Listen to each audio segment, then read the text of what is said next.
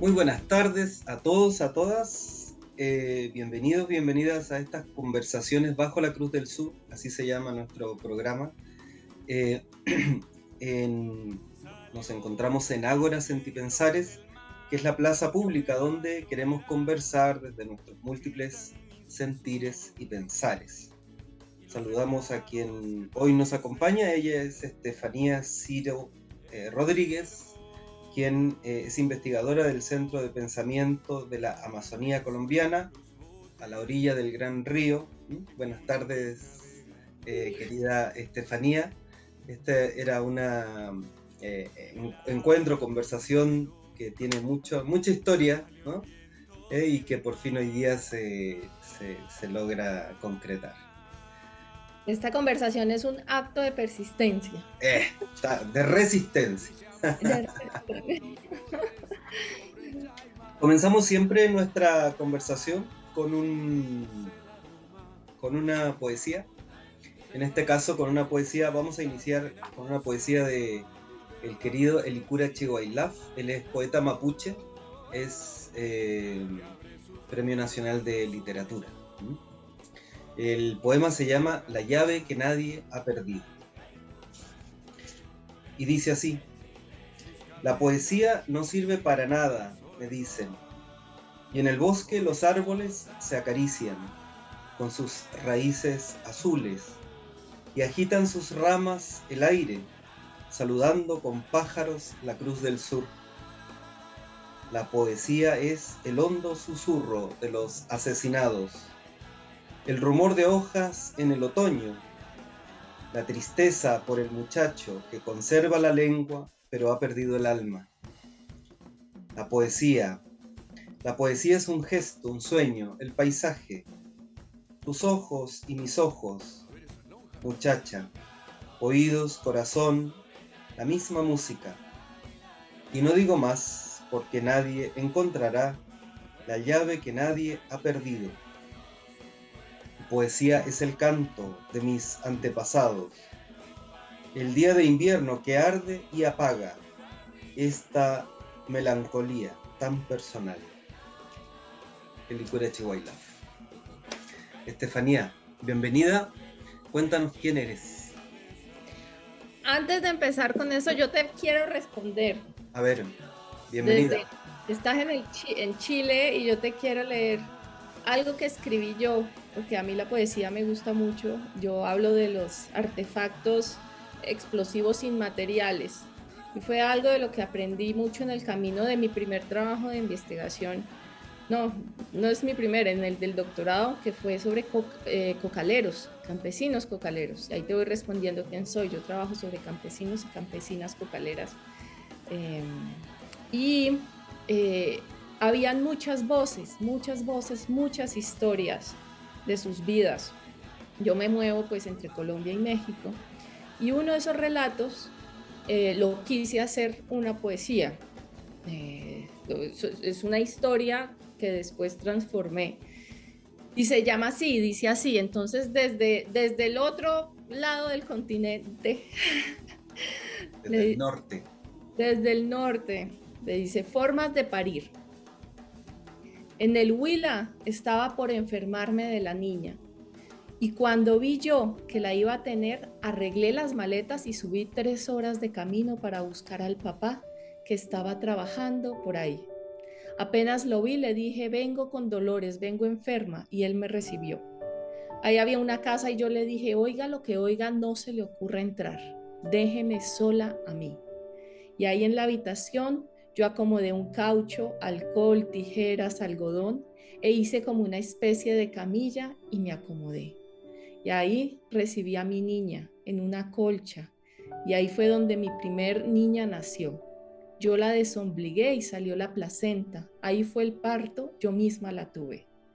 Las colombianas nos enfermamos, las mexicanas nos aliviamos, y yo me alivié en el paso. Y busqué la selva. En el Caguán cocinaba en un plante de coca. Mientras eso yo pensaba cómo iba a ser este parto. Si lo tengo acá, de aquí a que me saquen de acá. Éramos muchos trabajadores y dormíamos en los árboles, porque en las noches pasaban los zorrillos en manada. Y ese martes yo sentí dolores y me fui a parir y le avisé al patrón. Yo recogí el caucho de los que utilizan para secar la hoja de coca y me encerré en una pieza ahí. Y alisté todo lo que necesitaba como lo hice la primera vez, el alcohol y esas cosas. En el caguán nació el niño. Yo sola lo tuve ahí encima de ese caucho. Yo recogí la placenta. En el Huila tuve la niña, en el Caguán tuve al niño. Yo recogí la placenta, yo lo tuve encima de ese caucho. Las colombianas nos enfermamos, las mexicanas nos aliviamos y yo me alivié en el paso. Maravilloso, terrible. Terrible, terrible. Así pare una mujer en el campo colombiano y así paren las mujeres en México. Se van a aliviarse en el paso, se van cruzando la frontera para que su niño o niña pueda ser ciudadana estadounidense. Ajá. Bien, cuéntanos quién eres. Entonces yo soy investigadora, soy caqueteña, nací en la Amazonía, al lado, me crié al lado del río San Pedro, por eso donde trabajo se llama la orilla del río, Ujú. porque en el Caquetá todos nacemos al lado de un río y nos criamos al lado de un río, de una quebrada, de una molla, de una cascada. Y soy investigadora, me hice economista, aprendí de economía, aprendí de historia, aprendí de sociología en el doctorado y mi investigación ha sido en torno a los campesinos, campesinas de la Amazonía colombiana, sobre las economías de la cocaína y de la coca y sobre los conflictos en medio de los cuales las mujeres parimos y los hombres van a la guerra, ¿no? Ujú. Justamente de eso, pues, entre otras cosas, queremos hablar contigo, ¿no? Neruda tiene un poema, justamente, bueno, por estos tiempos no es muy querido Neruda, pero tiene un poema que dice, y me acordaba ahora, lo evoco ahora que te escuchaba, eh, en mi casa hay un monte, en mi casa hay un río, dice, ven conmigo, ven. Em, Si te parece, comenzamos justamente hablando de tu trabajo, ¿sí? Te comentaba yo cuando pues, nos reunimos recién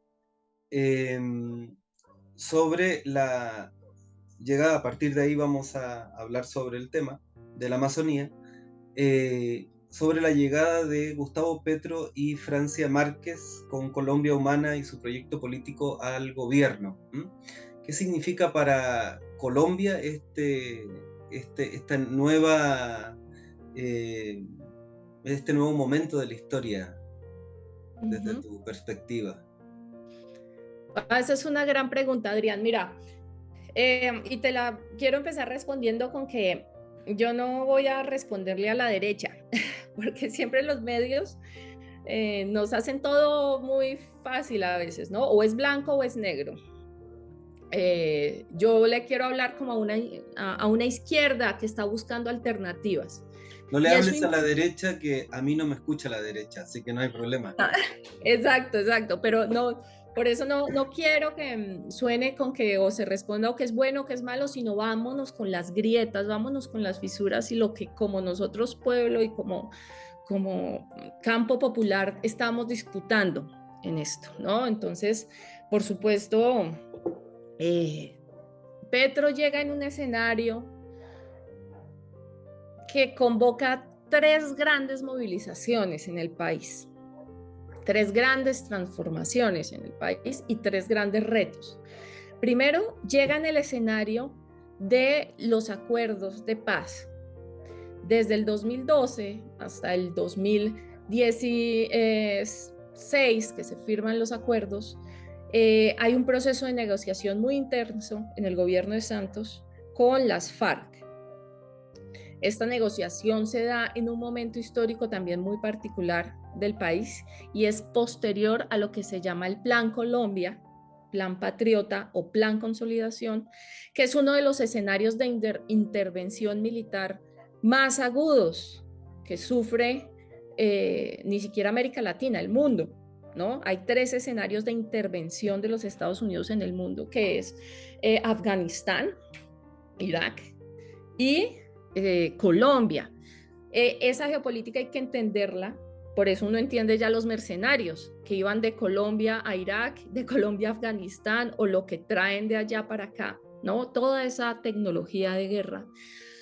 Entonces, claro, por supuesto, un escenario particular es el Plan Colombia, en los cuales los grandes militares de los Estados Unidos, los grandes generales de Estados Unidos están en el mismo momento teniendo 3 campos de batalla y están pensándose esos 3 campos de batalla. El mismo general que está dando recomendaciones para Colombia está dándolo para Irak y para Afganistán.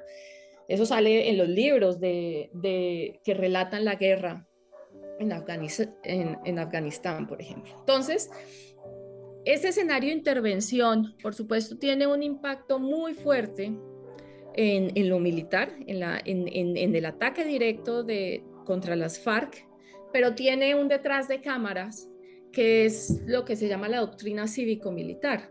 Y ellos van es por la cooptación de la organización popular, por la destrucción del campo popular. ¿A qué me refiero?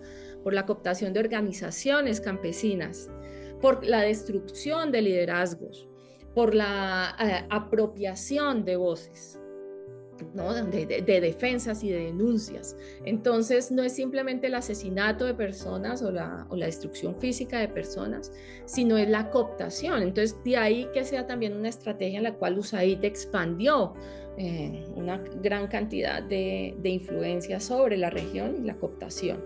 Entonces ese es el detrás de cámaras que se disputa en ese escenario. Por supuesto, se firman los acuerdos de paz con unas críticas muy fuertes sobre lo que significaba lo que se firmó, ya en términos de coca y cocaína, de economías de la cocaína, con unas críticas muy grandes a lo que se firma. Se firma un modelo muy gringo del tratamiento del tema, un tema muy prohibicionista, pero que al final es una apuesta que termina pues quitándole armas a las FARC y cambiando el escenario político, descentra el escenario político.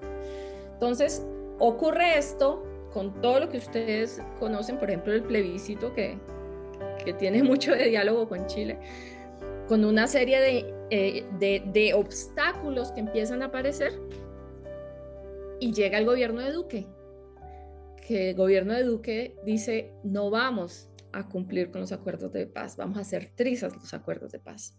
Entonces, por supuesto, detiene todo ese plan que yo le llamo Posplan Colombia, que es el plan, la implementación de los acuerdos. No hay que leerla simplemente como un tema de un fin de una guerra, sino como un descentre de la disputa del campo popular, ¿no? Ahora, ¿qué se va a disputar?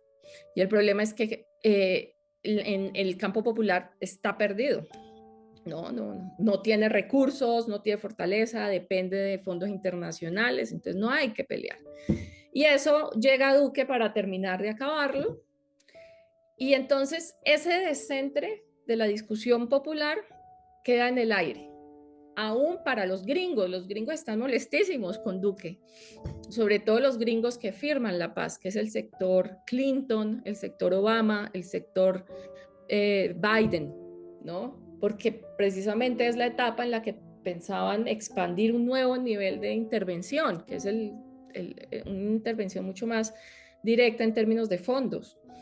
Entonces, y Duque se le impide y Duque se une a Trump. Entonces, esa es una primera cosa que se pelea ahí. Abre ventanas, los acuerdos abren ventanas en la disputa de lo popular, y las ventanas que abren es la segunda coyuntura en la que llega Petro, que es la de una crisis económica tremenda, una crisis económica que se agudiza con la pandemia de una manera muy profunda. Ahí son año y medio en el cual la gente estuvo encerrada. encerrada, y si usted como gobierno no le asegura de qué vivir a la gente, usted no puede encerrarla en la casa, ¿no? Entonces, la pobreza se duplicó, el desempleo, la destrucción de negocios es incalculable, el hambre. Entonces, hay un quiebre de un quiebre de un país, y las medidas del gobierno fueron absolutamente excluyentes, ¿no? Protegió al gran capital y dejó morir al resto de la gente, y paradójicamente lo que deja vivir la gente es la coca. Lo que permite, lo que mata el hambre para mucha gente es la coca, y vivir de la coca y de la cocaína, de la pasta base principalmente. Entonces eso es lo que le da vida a esto. Entonces, en medio de esas dos tensiones muy fuertes, pues está Gustavo Petro, que en medio de las movilizaciones populares tampoco era un gran llamador a la movilización popular, porque sí había un camino que se estaba abriendo. Yo creo que él lee muy bien el escenario de cómo puede entrar, lee muy bien el escenario en el cual puede capitalizar eso. Él tampoco se lanza un apoyo hacia las protestas. De hecho, las protestas le incomodan, me parecería a mí, ¿no? Porque en cualquier momento Duque puede lanzar un estado de sitio, por ejemplo, ¿no? Puede generar un cambio muy radical. Entonces, eh, eh, trata también de apaciguar, y yo creo que el campo popular decide: vámonos por las elecciones, vamos por el reformismo, vamos a apostarle a ganar. Y eso es lo que ocurre, ¿no? Eso es lo que ocurre. El tercer escenario es un escenario de mucha violencia, en el cual hay un recicle de, de los actores armados. No hay cumplimiento, no hay un vacío que se llene. La injerencia de los Estados Unidos en términos de política de drogas sigue elevando el dinero para las armas y para pelear por rentas. Entonces, pues, en esa coyuntura llega Petro con esos tres temas, ¿no? Con un escenario de un cambio en la transformación del campo popular gracias a los acuerdos de paz. Segundo, en una crisis económica radical. Y tercero, en un reflujo de la violencia. Justamente, ¿no? Hay un elemento muy trágico e interesante, como es en el gobierno de Duque concretamente, sobre todo estos 2 últimos años, el número de asesinados de líderes sociales es increíble, ¿no? Increíble. Eh, a- eh, Eso se explica en función de- del armamentismo, de la desmovilización, digamos, de una parte y por otro lado la movilización de los paramilitares. ¿Cómo se explica eso? Sí, mira, ahí podemos seguir siguiendo los tres elementos, podemos entender el escenario. Primero, hay un escenario en el cual el paramilitarismo no se ha acabado. Aunque todas las ONGs de derecha nos diga, aunque el Ministerio de Defensa nos diga, aunque el mismo Santos ahorita salga a reclamar y diga: es que ya no hay paramilitares. No, hay una matriz paramilitar armada muy intensa que se basa, por supuesto, en estructuras de armadas mucho más pequeñas de lo que había antes, pero también de un alma de un sector de la sociedad que está armado, que no acepta la diferencia. Entonces es ideológico militar. Eso existe y persiste. En las protestas lo podemos ver. Esta gente le disparaba a los marchantes desde las ventanas de su casa. La gente tenía armas en su casa. En Bogotá hubo de un momento a otro una noche en la cual decían: se vienen en Azonada a invadirnos nuestros departamentos. La gente salió armada. Ahí es cuando nos vimos del tú a tú con, por supuesto, hay unas estructuras armadas, pero hay una sociedad armada, ¿no? Entonces, cuando esos dos elementos se conjugan, pues hay unos intereses que siguen en juego, hay una propiedad que sigue defendiéndose a las malas y no solo defendiéndose, sino creándose a partir del despojo y de la violencia. Eso persiste porque eso es el paramilitarismo. El paramilitarismo no es simplemente una estructura armada que está al lado del Estado, sino cómo el Estado constituye un aparato represor ideológico para crear las condiciones de despojo, ¿no? Y de la expansión de un modelo. Eso es el paramilitarismo y eso persiste. Entonces, todos los líderes sociales que antes de una u otra forma tenían una serie de protecciones, ¿no? Que tenían unas, pues habían armados, había una guerra, ¿no? Que de una u otra forma había una protección sobre ellos, pues ahora los están matando en su casa. Cuando tú vas a ver esos líderes sociales, los matan en su casa, van a tu casa y te disparan. Eso nunca pasaba. Entonces, eso es un elemento. El otro elemento que hay que tener en cuenta es que, y yo creo que todavía no es muy claro, la historia nos lo dirá en un futuro, ojalá, no más comisiones de la verdad, pero sí más investigadores para adelante, nos digan, hay un escenario las FARC se parte en muchas fracciones, pero digamos que de esas fracciones se agrupan en tres. En una política, que es el Partido Comunes, pero que es muy mínimo, porque hay mucha tropa que no hace parte, hay mucho desmovilizado que no hace parte del partido. De otro lado, unas disidencias que nunca firman los acuerdos. Y tercero, un grupo que sale de las FARC que firma, pero que en el marco del incumplimiento dice, me escondo, ¿no? Yo me rearmo porque aquí hay perfidia. Entonces, esos tres empiezan a jugar una guerra de violencia entre ellos muy fuerte, porque hay una disputa también por reorganizar territorios, por reorganizar organizaciones, y ahí también cae mucha gente, y mucha gente es asesinada. Y tercero, pues hay una delincuencia del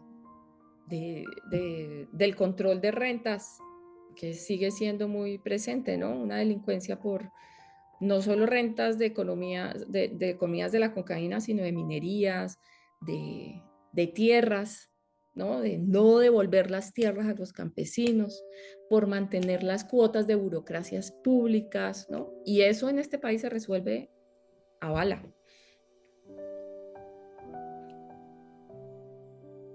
Qué terrible. Horrible. Sí, bueno, lamentablemente estamos viviendo un momento en América Latina donde los problemas se resuelven a bala, ¿sí? Y pues en ese sentido no hay ningún país, digamos, que en este momento esté libre de eso, ¿no? Nosotros que nos creíamos libres justamente de eso, ahora lo tenemos en casa, sea porque o los medios de comunicación de la prensa hegemónica los utilice como medio de miedo, o sea, y como miedo no solo para provocar temor y desmovilización, sino también como miedo al migrante, porque obviamente nosotros que hemos tenido últimamente una ola migrante muy fuerte, de parte de los movimientos más de derecha hay un intento de criminalización de la migración, ¿no? Como si nuestros países no se hubiera construido a lo largo de la historia por migraciones, ¿no? Algunas queridas, algunas propiciadas, otras pues tenidas que asumir nomás, ¿no? Sobre todo cuando es migración afro, migración haitiana, migración del sur global, digamos, ¿no? Quería mostrarte un extracto, y aquí ya pues sí nos metemos con el tema de la Amazonía. Ahí te interrumpo, el mismo Bolívar era un ejército latinoamericano. Claro, sí, sin duda. Sin duda, sin duda. Quería mostrarte un video, bueno, y a quienes nos escuchan, justamente de Petro, hablando en la ONU esta semana, la semana pasada, depende cuándo veamos este programa, y un poco que nos hicieras un análisis de él desde lo que tú realizas justamente, ¿m? Que es el tema de la... Me dices si escuchas, ¿sí? Sí. Mi país no solo es bello, allí también hay violencia. Mi país es bello porque tiene la selva amazónica, la del Chocó, las aguas, las cordilleras de los Andes y los océanos. Destruir la selva, el Amazonas, se convirtió en la consigna que siguen estados y negociantes. La selva salvadora es vista en mi país como el enemigo a derrotar, como la maleza a extinguir. El espacio de la coca y de los campesinos que la cultivan, porque no tienen más que cultivar, es demonizado. Los convoco a salvar la selva amazónica integralmente con los recursos que puedan destinarse mundialmente a la vida. Si no tienen la capacidad para financiar el fondo de la revitalización de las selvas, si pesa más destinar el dinero a las armas que a la vida, entonces reduzcan la deuda externa. ¿Quieren menos drogas?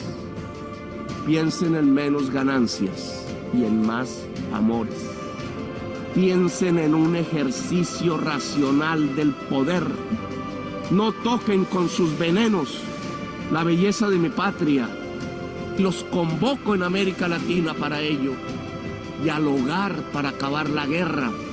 No nos presionen para linderarnos en los campos de la guerra. Es la hora de la paz.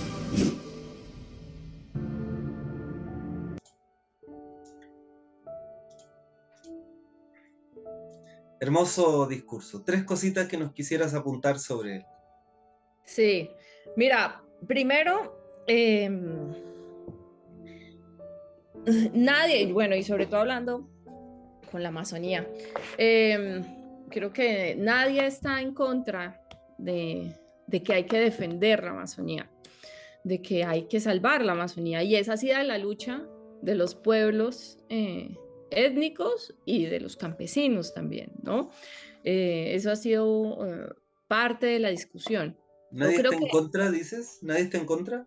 no, digamos en el campo popular, en las Ah, organizaciones, sí, ya. ¿no? Eso Sí, porque está. pienso en Bolsonaro y me Sí. viene un golpazo, ¿no? No, sí, pero bueno, Bolsonaro es una de las caras, Yeah.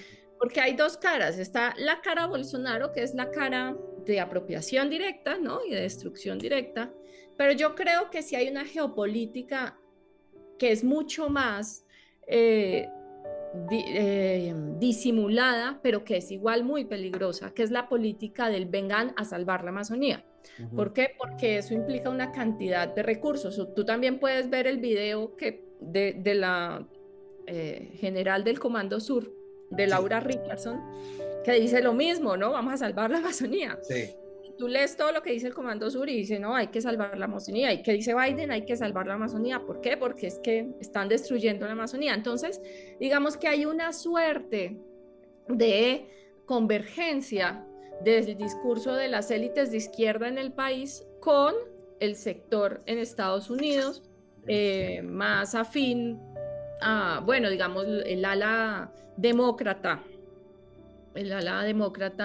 Clinton, Biden, Obama, ¿no? Que era eso, ¿no? Vamos a salvar el mundo, vamos a la paz, bla, bla.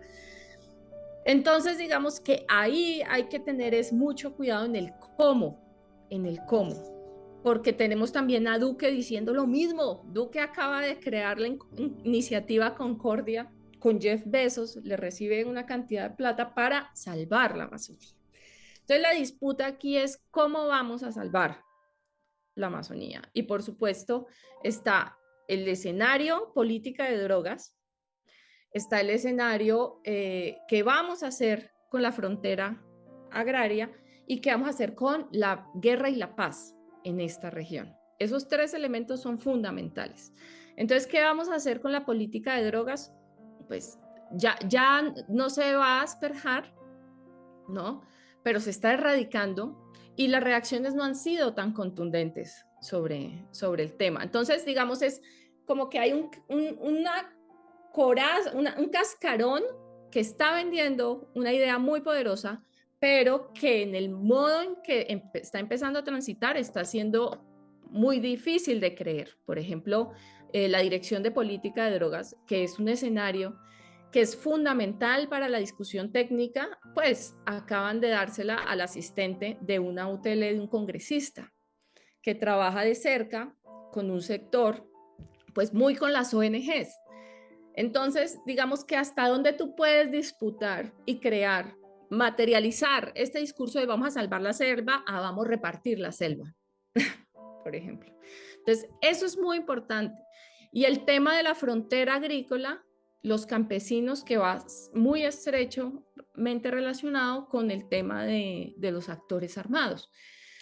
Entonces, ¿cómo vas a poder desligar unas negociaciones con unos actores que son insurgentes, sobre los cuales Estados Unidos tiene un interés particular, y la relación con las organizaciones campesinas, que pueden primero o ser desterritorializadas, seguir siendo atacadas por el Estado colombiano y siendo acusadas de deforestadoras, o pueden de una u otra forma crear mecanismos en los cuales la selva pueda vivir con esta población y ellos sean guardianes de estas selvas, ¿no? Pero vamos a ver hasta dónde el discurso puede llegar a ser realmente materializado. Es un poco eso. ¿Qué significa para las mujeres colombianas la llegada de en este momento olvidé su nombre, no puede ser, Francia Márquez a la vicepresidencia? No, en esta es lógica. muy importante la voz de Francia. Justamente porque es lideresa social, porque sí, viene de ese mundo, digamos, del trabajo, bueno, minero, agrícola también. sí, sí. No, es la voz de Francia es la voz de la movilización, de la resistencia, la voz afrocolombiana que ha vivido el racismo estructural en la construcción de este país, en la guerra y en la paz. Entonces, su lugar es muy importante en términos simbólicos, para empezar, ¿no? Verla ahí. En la práctica es muy poderoso en la medida que ella interactúa de una forma muy genuina. Es impresionante escucharla hablar y el poder que ella tiene para comunicarse con la gente. Es muy poderosa su voz, en la sencillez, ¿no? En no caer a veces en los líderes de izquierda tienen una pretensión de intelectualidad, ¿no? De pretensión de creer que entienden todo, de construir una explicación muy abstracta para las cosas. Y de situarse más allá del bien y del mal también, ¿no? Sí. Claro. Sí. No nos afectan las fake news, no. Sí. Sí. En cambio, su lenguaje conecta con la gente y uno lo ve en plaza pública. Entonces, eso es muy importante. Ahora, el reto que vive el lugar de Francia ahí es que realmente ella pueda tener un espacio dentro del gobierno en el cual pueda ejecutar su plan de gobierno. No sé cómo sea en Chile, pero la vicepresidencia en Colombia no tiene mayor relevancia en términos presupuestales, por ejemplo. La vicepresidencia es un adorno, ¿no? En muchos escenarios es un adorno. Entonces, claro, fue fundamental la voz de Francia para que Gustavo Petro ganara. Podría arriesgarme a decir que sin Francia Petro no gana. Pero ahora llega un escenario en el cual realmente no tiene dientes para dar cuenta pues para hacer su tarea y las tareas que ella iba a liderar, que es por ejemplo el Ministerio de la Igualdad. Entonces la idea era crear el Ministerio de la Igualdad, donde, bueno, ahí hubiera todo un ejercicio de presupuestal e institucional que permitiera la ejecución de una política pública. Lo que se ha hecho hasta ahora es un decreto de una serie de tareas que ella tiene, en la cual va a coordinar diferentes políticas, va a coordinar también la política pública sobre el Pacífico, por ejemplo, ¿no? Pero entonces el gran reto es cómo pasamos a que sea una coordinadora a que pueda tener los dientes para ejecutar, porque de eso se trata el poder. No podemos ser ingenuos en que esto es un asunto de echar discursos, ¿no? Esto es un asunto de tener capacidad para hacer, para deshacer, para movilizar, para todo. Entonces, ese es el reto que se plantea ahorita en el país. Antes de salir del tema Petro y Francia Márquez, el otro día vi justamente un video donde una muchacha denunciaba que hay una ola de violencia en el país después de la asunción de Petro, ¿no? También aquí, ¿no? Estos últimos 6 meses que lleva el presidente ha venido una ola, digamos, de violencia, delincuencia, etcétera, etcétera. Y en la teoría de ella, que es absolutamente fácil de leerla en nuestro contexto por lo menos, tiene mucho que ver con crear una desestabilización político-social, crear miedo otra vez, y por lo tanto responsabilizar al gobierno. ¿Qué tanto hay de eso en esa acusación, ¿no? ¿Es efectivo que hay un incremento de la violencia, de la delincuencia? Yo creo que hay que no hay un antes y después de Gustavo Petro, sino que es un increciendo que viene desde las negociaciones de paz. Uh-huh. Creo que es difícil decir que es un antes y después con Petro. Creo que esto viene de atrás ya muy impulsado, uh-huh, ¿no? Un crecimiento muy intenso de las violaciones de derechos humanos en el país. Entonces, no llegamos a niveles tipo conflicto armado, pero sí hay un miedo uh-huh, inminente un miedo muy fuerte que lleguemos a esos niveles, ¿no? Y que la guerra se abra con toda su potencia como la conocíamos antes, que sería nefasto para el país. Pero a mí me gustan estas lecturas latinoamericanas, no por generar teorías de la conspiración, no, pero sí hay algo claro que nosotros nunca, no, hay pocas personas que le llaman que le hacen seguimiento y que necesitamos hacer mucho más seguimiento, que es el flujo de armas, que es el flujo del conocimiento militar y armado y de la violencia, de los usos de la violencia. Y uno sí puede ver que los escenarios de inestabilidad de los países se mueven armando la gente. Y quienes controlan esos flujos, pues son unos mundos criminales que están en estrecha sintonía con policía y con ejército, porque el mundo criminal es el submundo del uso de la violencia y del conocimiento de la violencia. Y en ese están todos, está ejército, policía y no estatales. Entonces, entender cómo se mueven esos flujos de armas en el mundo permite entender dónde se activan y dónde no se activan las violencias. Por ejemplo, en esta guerra Ucrania-Rusia, además del desastre que vemos en términos de violación de derechos humanos, lo que vemos es que quién está respondiendo por todo ese flujo de armas que está entrando a Ucrania y que nadie sabe para dónde va y que va a alimentar muertos en todo el mundo. Haz de cuenta que lo que se abrió ahí fue un boquete en el cual está entrando armas europeas al 100 y nadie sabe dónde están terminando a parar. Están terminando a parar en Chile, por ejemplo. Están terminando a parar en Bolivia. Bolivia se prende ahorita en una pelea entre cocaleros muy fuerte. ¿no? Entonces, ¿usted cómo explica que empiezan a darse esos escenarios? El escenario México es clarísimo.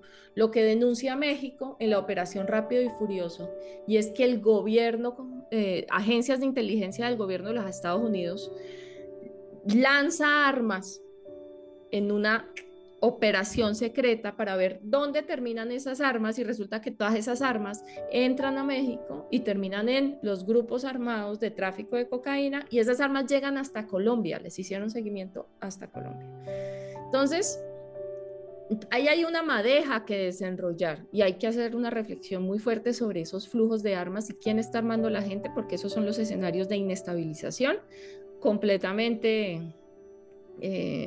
afines a afectar los gobiernos que se consolidan bajo el mandato del poder popular, ¿no? De Boric allá, de Gustavo Petro y Francia Márquez en Colombia, ¿no? Inevitablemente va hacia un saboteo. Sin duda que sí, sin duda que sí. Y nos pone en un escenario de una creciente violencia, no solo como acabas de decir, en Ucrania, sino también que baja a todo nivel, porque además los gobiernos del tinte que sea, no sé si están tan preocupados de seguir la ruta de las armas, ¿no? Así se les vuelva en contra, porque hay un modo me parece a mí, el miedo será siempre un modo de control social. No sé si... el 9 de agosto, un poco... Adrián, y vende muy bien vende muy bien vender la idea de securitización. Claro, Necesitamos reforzar los elementos de seguridad generando caos. Eso evidente, es una serpiente que se muerde la claro. cola. Sí, porque es desmovilizadora de la sociedad. Sí. Y entonces Justamente. empieza toda la discusión que creo que también en Chile la han vivido, que es esto es el narco, Sí, ¿no? Esta es sí, la delincuencia, el narco, hay que hacer algo, el narco, ¿no? sí, Y lo que usted sí, está haciendo es legitimando una cantidad de fortalecimiento del aparato represor del Estado, porque de una sí, dice, uy, tenemos que defendernos del narco, y entonces, sí, ¡pum!, se retroalimenta y todos caemos. El sí, campo popular en este miedo de decir, uy, no, sí, la sí, cocaína y no sé qué, sí, cae enterito, cae enterito. sí, sí. Bueno, al final vamos a hablar un poco de eso en relación ¿cómo se llama? Al plebiscito que acabamos de perder, ¿no? En Chile, pero lo quiero tratar como elemento aparte. El 9 de agosto del año 2022, es decir, este año, el mes pasado concretamente, la Comisión de la Verdad, que me acabo de enterar de la que formabas parte, ¿no? Presentó ante el Consejo del Estado el informe final. Hay futuro si hay verdad. El padre Francisco de Rux, quien lideraba esta comisión, ha dicho, he tenido la oportunidad de escucharlo y eh, es casi de no creerlo, ¿no? Y cuéntanos de ello. Sí, yo Primero coordino. tu experiencia personal Ujú, y luego cifras, sí, sí. sí. Yo coordiné el equipo. Bueno, la Comisión de la Verdad hace parte de tres instituciones, digamos, para que América Latina entienda.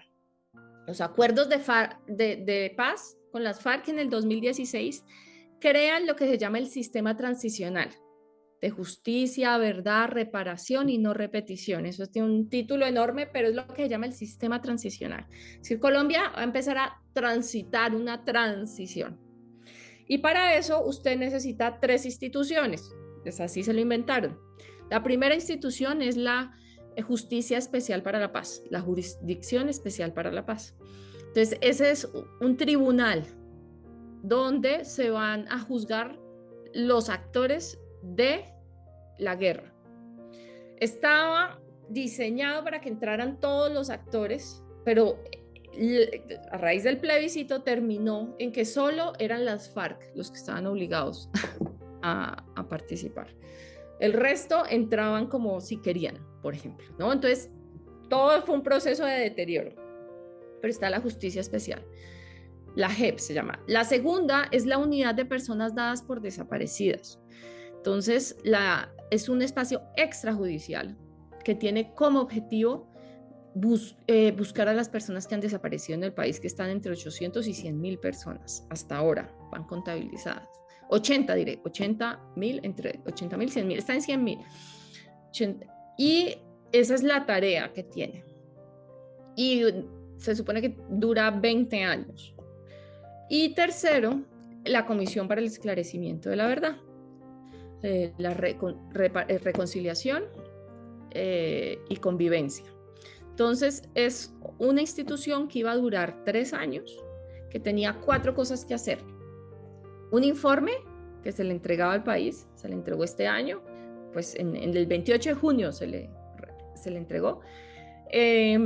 Segundo, hacer ejercicios de reconocimiento de responsabilidades y de víctimas. Tercero, de convivencia. Y cuarto, presentarle al país unas recomendaciones para la no repetición, ¿no? ¿Cómo hacemos para que esto pare? Entonces, en el mandato que crea la comisión hay varias tareas. El informe tiene que hablar de las responsabilidades del Estado, de las guerrillas, del modelo económico, ¿no? Y una de esas tareas era, usted tiene que explicar las relaciones de los cultivos, el procesamiento, el tráfico y el lavado de drogas con el conflicto armado. Y eso es un antes y después en las historias de las comisiones de la verdad en el mundo. Nunca antes una comisión de la verdad había trabajado las economías de cocaína y de marihuana como parte del conflicto armado. Siempre es esta disociación de que eso es un tema de delincuencia y no es un tema del conflicto. Cuando usted lo articula, usted entiende que, y el mensaje de la comisión es el mensaje de que si usted no regula esto, ahorita hay una regulación que es armada, que promueve la violencia, que está basada en la ilegalización, que alimenta la violencia. Si usted no transita hacia una regulación que disminuya esas violencias, una regulación que se base en la legalidad, en la legalización, una regulación legal estricta, usted no va a resolver la paz en Colombia. Y yo creo que ese es el mensaje más fuerte que le da no solo al país, sino al mundo.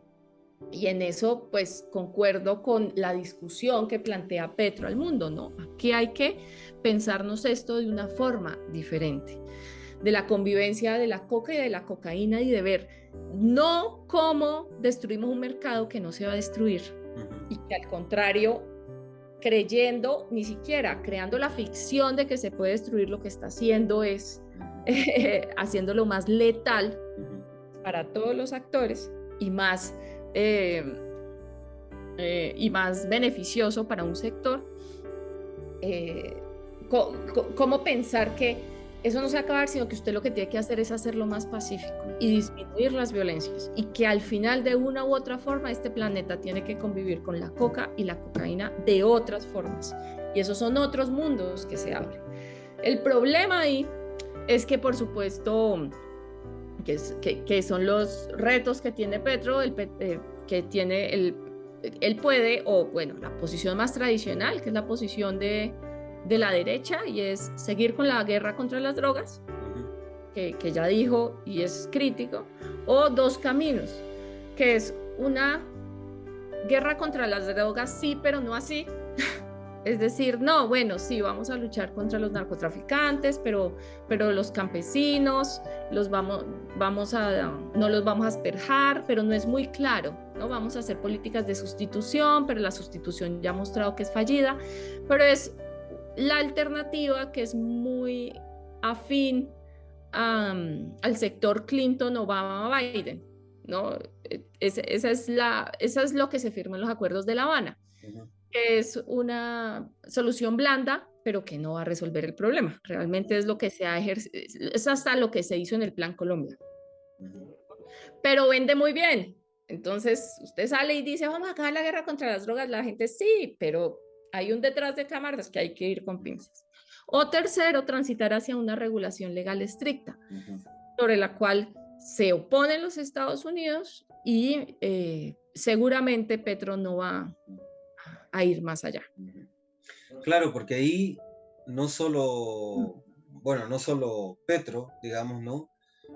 Sino de alguna manera todos nuestros países, incluidos los del norte, es sabido que, y por eso la no regulación drástica, estricta, están financiados los grupos más ultra, están financiados por estos grupos narcocriminales, claramente. ¿Mm? Basta ver la realidad de México y el financiamiento ilegal en campañas políticas, basta ver Colombia y los antecedentes a Duque, en fin, cómo los políticos van a ponerse la soga al cuello ellos mismos. Imposible, ¿no? Exacto, no, es imposible, pero yo creo que no, pero no podemos seguir así. No, claramente. Y podemos seguir así y creo que nunca antes en la historia hay un consenso sobre la necesidad de transitar a la regulación. Sí. Digamos, eh, es un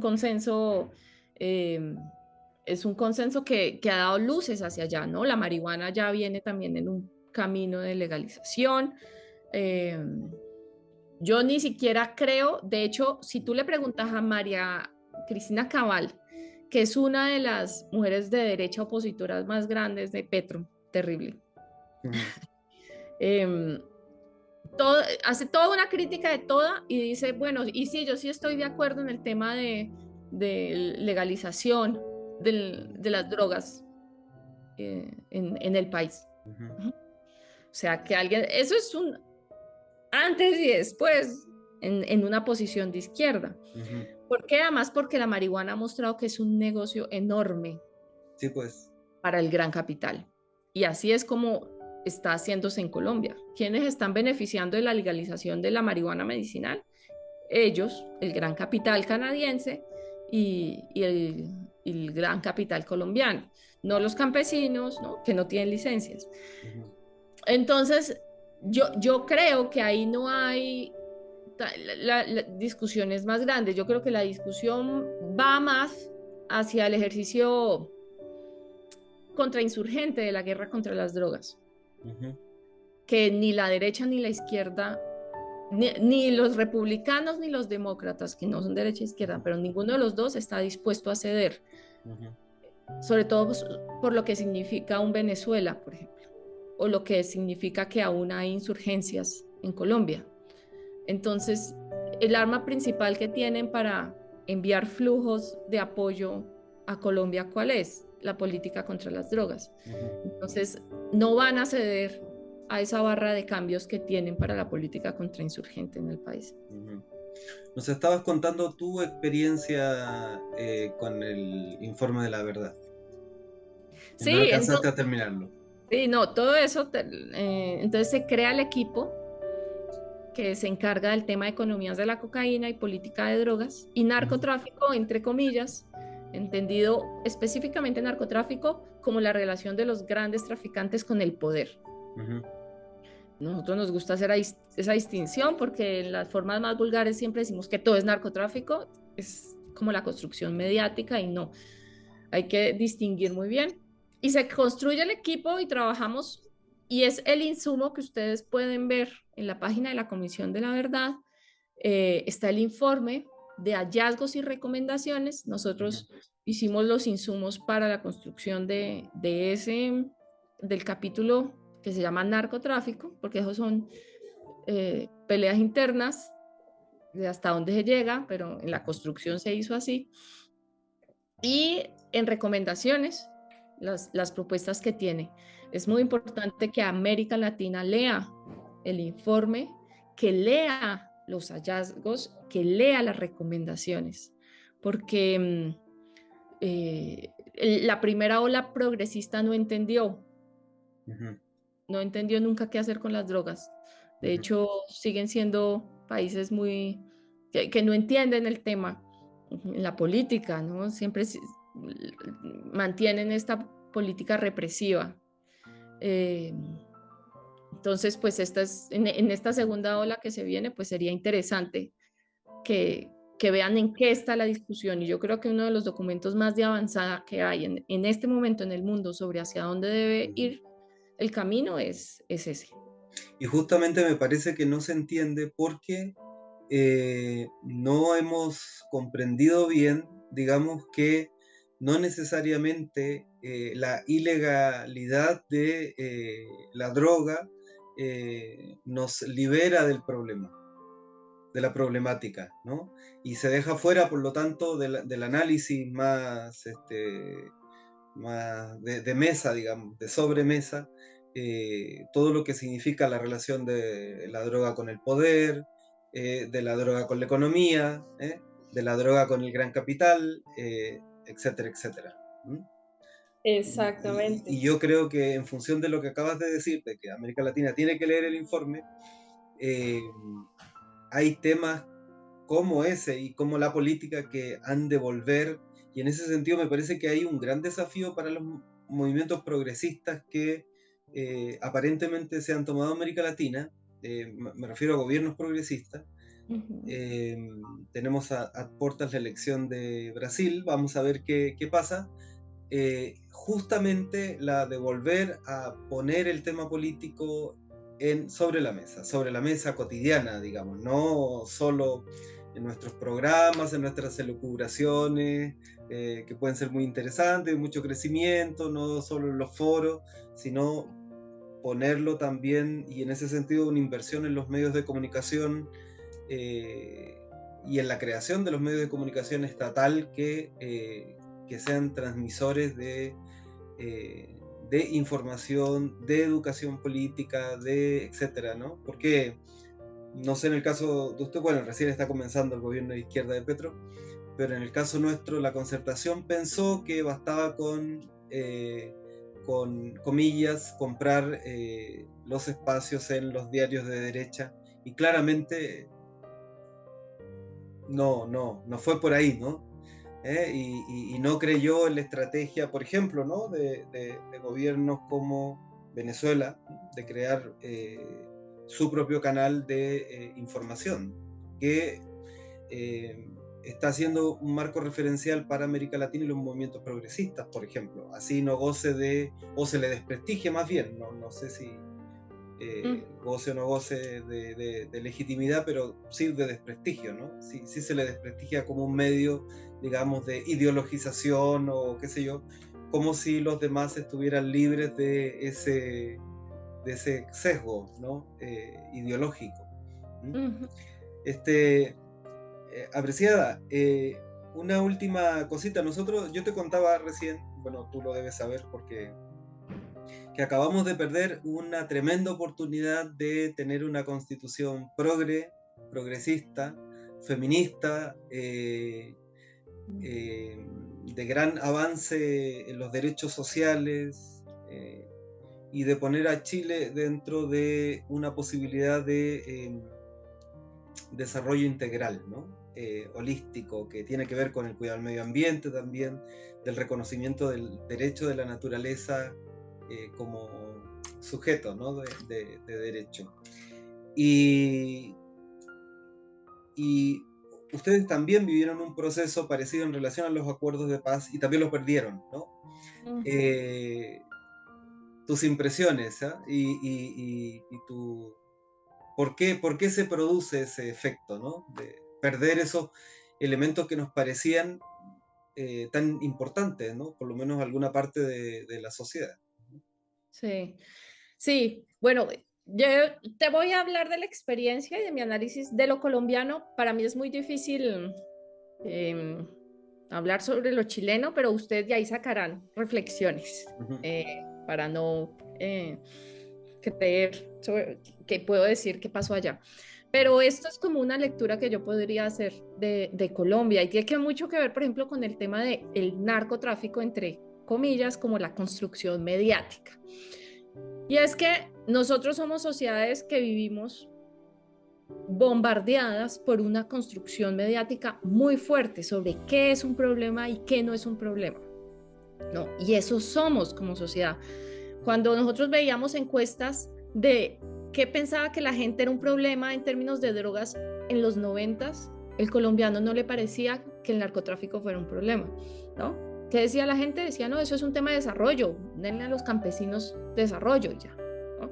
Ahorita si usted dice cualquier explicación a la violencia en el país, todo está reducido a un tema de narcotráfico, ¿no? así, y así se quería entender el conflicto armado. Entonces hay unas operaciones mediáticas que tienen una... que la gente cree y hace que eso sea es como una cosmología moderna, ¿no? Ese es el mundo para la gente. Y eso, por un lado, no se ha podido romper. Y eso no lo rompe que, por ejemplo, un hombre como Gustavo Petro llegue a la presidencia. Primero, pues porque, no sé, yo no los ve uno hacia eso, pero que llegue Gustavo Petro no quiere decir que el ciudadano cambie, ¿no? Que es que ahora de repente ¡tum!, se nos mete un chip y ahora todos somos progresistas. No, Gustavo Petro llega ahí a través de una red de alianzas y coaliciones con un sector tradicional de la política que le permite, ¿no? Y al cual él es muy funcional, ¿no? Que alguien que hable en la ONU y que diga eso, pero pues que adentro no hay cambios, pero es funcional para lo que se viene. Y eso pasa con el plebiscito. Entonces todos creímos que porque se estaba haciendo unas negociaciones y había un escenario de paz que se estaba construyendo entre unos actores, de un momento a otro, ¡fum!, el ciudadano es otro, ¿no? Es el ciudadano de la paz, ¿no? Entonces, sí, justicia social, ¿no? Entonces, hay una... y digo que nosotros, como izquierda, porque la derecha la tiene clarísima, y todo lo que vaya a ser la derecha de ahora en adelante, y lo que ha hecho es a través del voto. ¿Por qué? Porque el voto, la representación directa, es la manera en que siempre ganan y siempre han ganado. Entonces nosotros como izquierda también tenemos una idealización del voto como si fuera la raíz de todas las salidas, cuando el voto ha sido la manera en que ellos se han legitimado en el poder toda la vida. Entonces la crítica que se le hace al plebiscito en Colombia es: ¿a quién diablos se le ocurrió que un acuerdo de paz se iba a legitimar en la votación pública en un país que sigue siendo que en ese momento no tenía por qué votar por otra cosa? Por supuesto, nosotros de izquierda decimos, sí, pero es que ¿cómo? Es el colmo, como que la gente no quiere la paz y no sé qué. Pues es porque tenemos una idealización del trabajador de a pie, del ciudadano a pie, nosotros también somos una izquierda súper descontextualizadas de lo que de verdad es el ciudadano de la calle, ¿no? Entonces, y asumimos que en medio de todos nuestros círculos, y así es el plebiscito, y eso fue el plebiscito, ¿no? Es una apuesta que para unos es leído como una trampa de santos,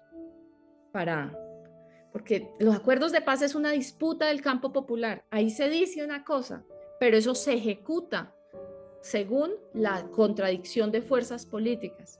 Pero claro, si usted eso que dice ahí, le dice vamos a hacer un plebiscito y el plebiscito dice no lo queremos, entonces ¿a quién le beneficia eso? Pues a la izquierda, a la derecha y al centro también. Porque cuando dicen, porque es que Santos tampoco de un momento a otro dijo, no, sí, viva la lucha armada. Hasta aquí no, siempre fueron considerados enemigos, y la desmovilización y acabar las armas era el objetivo. No, el objetivo no era la justicia social y abrir el país, no, el objetivo era sacar del escenario político a las FARC. Y lo lograron y se sienten muy orgullosos de eso. Entonces, claro, nosotros seguimos creyendo, y en ese momento eso fue el plebiscito, ¿no? Creer que es las elecciones, cuando detrás supimos las estrategias mediáticas. Las estrategias mediáticas de eso, ¿qué fue?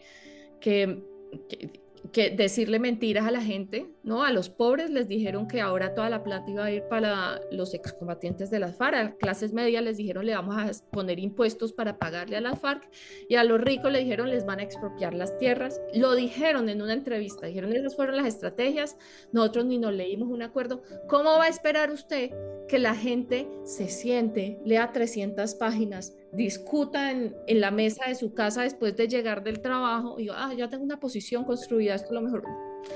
Sí. Entonces nosotros tenemos una idealización de los mecanismos de representación, sí, y unas lecturas absurdas Sí. del lugar, de qué se disputa en el campo popular, porque jugamos en sus normas y sus Claro, reglas. justamente.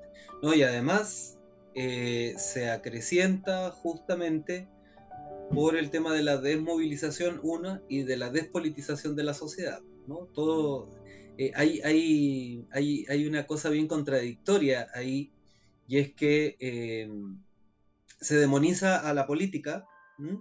Y por lo tanto se la quita de las conversaciones habituales, no en un lugar, no se habla ni de religión ni de política para que no peleemos, ¿no? Y por lo tanto se quita de la conversación cotidiana esos elementos, pero concretamente de la política, y por lo tanto nos volvemos todos con los medios de masa hoy día, ¿no? Facebook, Instagram, WhatsApp, qué sé yo, nos volvemos todos susceptibles de informaciones falsas, como esa, ¿no? Y entonces hoy día muchos se preguntan, en Chile, por ejemplo, bueno, si después del plebiscito de entrada la ciudadanía dijo que quería una nueva constitución, ¿para qué era necesario un plebiscito de salida cuando había sido legitimado ya con la elección de los constituyentes, etcétera, etcétera? Pero ahí uno se da cuenta, porque además nos pusieron voto obligatorio, que a mí me parece que está muy bien, siempre debiéramos tener voto obligatorio porque, como decía el adagio medieval, ¿no? Lo que toca a todos, por todo debe ser tratado, pero si no hay formación, evidentemente, y por el contrario, hay desinformación y manipulación, obviamente los movimientos progresistas ahí que son con todas las características que tú los has señalado como idealización, etcétera, etcétera, que habla de la profunda desconexión también que hay con lo popular, ¿no? Porque la izquierda Sí. así más progre se mueve en el mundo de la intelectualidad, más no en el mundo de la popularidad, ¿no? De, Ujú. del contacto concreto con la gente común, ¿no? Empezando por, ¿sabes cuánto vale el pan? Bueno, nosotros somos una sociedad que consume pan, digamos, ¿no? ¿Cuánto vale Sí. el pan y cuánto ha subido el kilo del pan desde que comenzó la guerra en Ucrania hasta ahora, ¿no? ¿Sabes cuánto vale? Entonces, pues, esa desconexión con lo popular hace que sigamos creyendo nuestras fantasías progres y no nos enteremos de por dónde va la realidad. ¿Mm? Exactamente. Sofía, ha sido un placer hablar contigo. No, un placer, Estefanía, te cambié nombre. Sí, es un mal de oficio, ¿no? Como bautizaba gente, entonces pues creía que le puedo llamar a cualquiera Estefanía. Un placer hablar contigo. No, no, muchas gracias por el espacio. Estás invitada, bueno, lo vamos a conversar después, pero estás invitada a participar en nuestra fundación. Yo creo que estas pequeñas instancias, ahora sentí pensar a la orilla del río, eh, que son iniciativas justamente de la base, deben estar en contacto para ir contándose justamente aquello que los medios de masa no nos cuentan. Y no nos cuentan porque obviamente no tienen ningún interés en que estemos conectados, ¿no? Por el contrario, parece que estamos conectados por las redes sociales, etcétera, pero en realidad no es verdad, ¿no? Nos movemos en lo superficial, más no en esta, incluso en la fake news, ¿no? La noticia falsa, y no en estos sentires, ya digo, y pensares que nos convocan hoy en Ágora y a la orilla del río. Un Sí. abrazo cariñoso. Muchas gracias Adrián. Yo te quería dar las gracias y quería simplemente terminar con un poema. Quiero terminar con eso porque el mensaje principal debe ser que América Latina puede vivir con la coca y la cocaína y hay que tender hacia la regulación. La paz de América Latina pasa por pensarnos un mundo en el que podamos controlar esto, ¿no? Y eso lo tiene que controlar América Latina, no pueden controlarlo, no podemos seguirlo cediendo, ¿listo? Y eso me lo ha enseñado pues la gente lo tiene claro, ¿no? Y tenemos que replicarlo de una otra forma y esto fue aprendiendo esto, ¿no? Y apostándole a esto fue que escribí esto, se llama Almácigos, que es la manera en que también se puede cultivar la coca para producir pasta base. Dice, yo no soy de aquí, voy echando raíces, pero acá la raíz duele. Rompe la piel y se hunde en la tierra seca, pero se pudre, se me muere. Yo soy de allá, de donde estoy por nacer, de la tierra amarilla, debajo de las hojas secas, por donde corre la lluvia, esperan las congas, sin sombra de selva, entre rastros de patas. Camino con botas, mato la danta, como boruga, sueño bomba, quito el chambero, raspo la hoja, vivo de hambre, saludo a los muchachos y quiero a Amanda. Nací en bolsitas negras, como en la que mi mamá me parió, la de secar la merca. Soy un bulto de ramas amarradas que cambiaron por un burro. Mis raíces sedientas se estiran en una cama de tierra en la tierra amarilla. En la tierra de uno no duelen las raíces. Llegamos tantos, tantos cruzando cordillera y esquivando bala, comimos muertos. Recuerdo que llegamos al palo de mango del Parque San Francisco. Recuerdo que mi mamá murió a los 15 días y quedamos 6 volando. Almácigos en tierra amarilla. Nací entre tíos y ahora viejo volví a ver mis hermanos. Con las raíces ya hechas lloramos. Cuando están a una cuarta, así mujer, sembramos los almácigos en la tierra y el primer cogollo brillante lo arrancamos. En unas semanas raspamos. Lloré la selva, fue mi paño de lágrimas y a los 7 nos repartieron en 7 casas. Yo eché mi segunda raíz en Yurayaco. Me dolió un poquito porque tenía 7 años. La selva fue mi paño de lágrimas y la dejé a los 17 años. La semilla me la da mi primo, me dijo pruebe con esta. Probé, creció, raspé, procesé, comí, alimenté, nació, creció, se armó, se fue y la bala lo mató. Lloré, envejecí, le di cápsulas de aceite de almendras a mi mujer para que lo pariera fácil. Ella lo parió y la guerra lo mató. Yo soy de allá, de la tierra amarilla, acá me duelen las raíces y se mueren. Yo nací en la cama de tierra, la que tiene en color a mí. Por favor, que me entierren ahí. Muchísimas gracias. Eres una poetisa, ¿eh? Un abrazo a todos, gracias por su compañía. Tú no te vayas, nos tenemos que despedir. Un abrazo a todos, a todas y quedan convidados a seguir conversando con nosotros en otra oportunidad. Muy buenas tardes.